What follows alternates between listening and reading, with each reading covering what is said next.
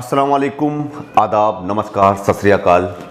उम्मीद है कि आप सब अच्छे होंगे और आपके आसपास सब कुछ अच्छा चल रहा होगा। लेकिन बिजनौर का एक छोटा सा गांव था जहां पर कुछ भी अच्छा नहीं चल रहा था। दरअसल बिजनौर के गांव अकबरपुर देवमल, जो कि नेहटौर थाने के अंतर्गत आता है, यहां से अचानक 22 मार्च को एक बच्ची लापता हो जाती है। और ये बच्ची अपने घर के बाहर खेल रही थी जहाँ से ये लापता हो गई। और जब शाम तक ये अपने घर नहीं पहुँची तो इसके परिवार को चिंता हुई और इसके परिवार ने इसकी तलाश करनी शुरू कर दी। बच्ची मासूम थी, 4 साल की थी। इसको हर उस जगह ढूंढा गया जहाँ पर इसके होने की संभावना थी, जहाँ पर इसके होने की उम्मीद थी कि यहाँ पर ये जा सकती है। इसकी तलाश की गई लेकिन इसका कुछ पता नहीं चला। इस बच्ची का नाम अनामिका था। जैसे जैसे रात गहराती गई, इस अनामिका बच्ची के जो माँ बाप थे वो बहुत परेशान हो गए और गांव वालों ने इनको सलाह दी कि बच्ची लापता हो गई है और अभी तक उसका कोई सुराग नहीं मिला है कि क्यों ना थाने में इसकी FIR दर्ज करा दी जाए। जिसके बाद ये लोग नेहटौर थाने पहुंचे और वहां पर इन्होंने बच्ची की गुमशुदगी दर्ज करवा दी। लेकिन बच्ची का पूरी रात तक भी कुछ पता नहीं चला। पुलिस भी उसकी तलाश में लग गई। पहले तो पुलिस ने आसपास के इलाके में उसकी छानबीन की, परिवार भी पूरी रात उसको ढूंढता रहा, लेकिन बच्ची का कुछ पता नहीं चल पाया।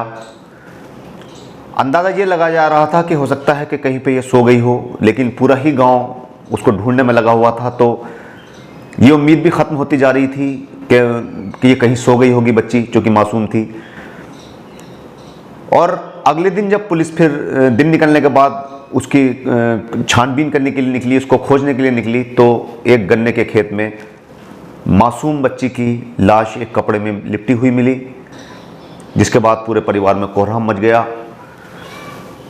अब पुलिस के सामने एक बड़ा सवाल यह था कि आखिर इस मासूम बच्ची का हत्यारा कौन हो सकता है, किसी की इस मासूम से क्या दुश्मनी हो सकती है। इस बच्ची का नाम अनामिका था और ये अंकुर कुमार की बेटी थी। अनामिका 3 भाई बहनों में दूसरे नंबर की थी। एक इससे बड़ी बहन है, एक ये खुद थी और एक इससे छोटा भाई है। अब पुलिस के सामने एक बड़ा सवाल था कि आखिर इस मासूम को किसने मारा होगा। लेकिन कहते हैं कि मुजरिम चाहे कितना भी चालाक हो, कोई ना कोई सबूत छोड़ देता है। मासूम अनामिका की लाश जिस कपड़े में लिपटी हुई थी, पुलिस ने छानबीन शुरू की कि आखिर ये कपड़ा किसका है। जब छानबीन शुरू की तो गांव का ही एक रहने वाला था, सैनी बिरादरी से ही ताल्लुक रखता था, उसका नाम था अर्जुन। पता ये चला कि ये जो धोती थी, ये जो कपड़ा था जिसमें बच्ची लिपटी हुई थी, ये अर्जुन की मां का था। पुलिस ने अर्जुन से पूछताछ शुरू की तो अर्जुन ने पुलिस को उलझाने की कोशिश की। उसने कहा हो सकता है किसी ने मेरी झोपड़ी के अंदर से ये मेरी मां की धोती चुरा ली हो। लेकिन जब पुलिस ने सख्ती की तो कहा जाता है कि पुलिस की मार के आगे तो भूत भी बोलते हैं। कुछ ही देर के बाद अर्जुन टूट गया और उसने बताया कि उसकी शादी 7 साल पहले धामपुर में हुई थी, लेकिन 7 साल से उसके कोई औलाद नहीं थी, जिससे वो बहुत ज़्यादा परेशान रहने लगा था। किसी ने अर्जुन को बताया कि कोई पंडित है, अगर वो तो उसके पास जाए तो वो तेरी इस बीमारी का इलाज कर सकता है, इसका समाधान बता सकता है। कहते हैं कि भारत मुल्क में अंधविश्वास बहुत ज़्यादा है, लेकिन ज़्यादातर यह महिलाओं में देखने को मिलता है। लेकिन कई जगह ऐसी होती हैं जहाँ पर पुरुष भी इसका शिकार होते हैं। परेशान अर्जुन पंडितों के पास आने जाने लगा। यहीं पर एक पंडित से उसकी मुलाकात हुई, जिसने उसको बताया कि अगर वो किसी बच्चे की नरबली दे दे तो उसके घर में औलाद पैदा हो जाएगी। परेशान और अंधविश्वास से भरा हुआ अर्जुन ने एक योजना बनाई। उसके दिमाग में यह प्लान आया कि जब पंडित जी कह रहे हैं तो हो सकता है कि इसका कुछ समाधान हो, और उसने एक ऐसे बच्चे की तलाश शुरू कर दी जिसको आसानी से वो मार सके और उसकी नरबली दे सके, जिससे उसके यहाँ औलाद पैदा हो जाए। इसी के चलते 22 मार्च को जब वो अपने खेतों की ओर जा रहा था तो उसको अनामिका अपने घर के बाहर खड़ी हुई मिली। उसने अनामिका को बहलाया फुसलाया और अपने साथ जंगल में बनी हुई अपनी कोठरी में ले गया, जहाँ पर उसने उसका गला दबाया और उसको मार डाला। लेकिन जुर्म आखिर जुर्म होता है, अपराध बड़ा अपराध था ये, और हत्यारा चाहे कितना भी चालाक क्यों ना हो, हत्या हत्या ही होती है। अर्जुन बुरी तरह से घबरा गया। और उसने वहीं कपड़े की तलाश की। उसके हाथ उसकी माँ की पुरानी धोती लगी जिसमें उसने बच्ची को लपेटा और कंधे पर डालकर उसको ले गया और जंगल में फेंक आया। 23 तारीख को ही उसका शव, अनामिका का शव पुलिस को मिला। उसके बाद पुलिस ने छानबीन शुरू की और अर्जुन को इस तरह से पकड़ लिया गया। अर्जुन ने पूरी बात कबूली कि क्यों, किस तरह से उसने उसको मारा। हालांकि पोस्टमार्टम रिपोर्ट में सिर्फ गला दबाकर मारने की पुष्टि हुई है, लेकिन परिवार का कहना है, अनामिका के माता पिता का, उसके अन्य परिजनों का कहना है कि उसकी बलि दी गई थी और उसकी ज़बान भी कटी हुई थी, पेट पर भी कट के निशान थे। हालांकि अर्जुन ने इस तरह की कोई बात कबूल नहीं की, न ही पुलिस के सामने और न ही कोर्ट में उसने इस तरह का कोई जुर्म कबूल किया। उसने इतना ज़रूर कहा कि उसके औलाद ना होने के चलते वो परेशान था, जिसके चलते उसने अनामिका को मार डाला पंडितों का कहने पर। कि हालांकि पुलिस की लाख पूछताछ के बाद भी उसने उस पंडित का नाम नहीं बताया जिसके कहने पर उसने ये जघन्य अपराध किया था।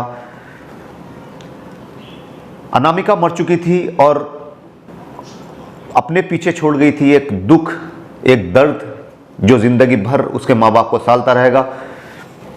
कल फिर से उसके पूरा परिवार और गांव के अन्य लोग एसपी बिजनौर से मिले, उनके ऑफिस में आए, उनसे मुलाकात की और बताया कि सिर्फ अर्जुन ही इस काम में दोषी नहीं था, उसका परिवार भी उसमें बराबर का शरीक था। उसकी पत्नी, उसके और अन्य परिवार वाले उसके इस जुर्म में सहयोगी थे, उनको भी गिरफ्तार किया जाए। और एसपी ने उन्हें आश्वासन दिया है कि वो जांच कराएंगे और पूरी छानबीन में जो भी तथ्य सामने आएंगे उसी के आधार पर अन्य गिरफ्तारियां की जाएंगी। फिलहाल अर्जुन जेल में है।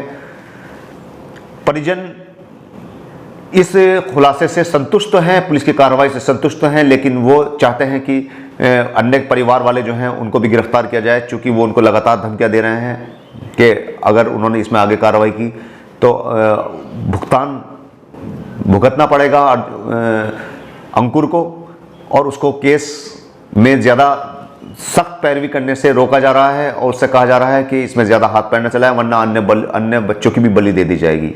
ये कहना है अंकुर का और उसके अन्य परिवारजनों का। बहुत ज़्यादा परेशान है और एसपी से उन्होंने गुहार लगाई है कि उनको पूरी तरह से इंसाफ दिलाया जाए। और एसपी ने भी उनको आश्वासन दिया है कि जल्द ही इस मामले में और छानबीन की जाएगी और इसमें जो भी आरोपी होंगे उनको गिरफ्तार करके जेल भेजा जाएगा। लेकिन दोस्तों, यहाँ पर एक बड़ा सवाल यह है कि क्या हम अपने बच्चों की सही से सुरक्षा नहीं कर पा रहे हैं? क्या हम अपने बच्चों की देखभाल में किसी तरह का फ़र्क कर रहे हैं? बच्चे घर में खेलते हैं, बाहर भी जाते हैं, उनको कब तक रोका जा सकता है? अगर इसी तरह से बच्चों के साथ जघन्य अपराध होते रहे तो सोचिए हमारा मुल्क कहाँ जा रहा है और किस तरह से हमारे बच्चे महफूज हैं। थोड़ा सा आप लोग भी ख्याल रखिए, अपना आसपास ध्यान रखिए कि कौन आपका दुश्मन है, कौन आपका दोस्त है। अब बच्चों की खास तौर से हिफाजत कीजिए, सुरक्षित रहिए, मुस्कुराते रहिए। जल्दी ही आपसे फिर भेंट होगी एक ऐसी ही स्टोरी, एक ऐसी ही कहानी के साथ। तब तक अपना ख्याल रखिए। खुदा हाफिज़।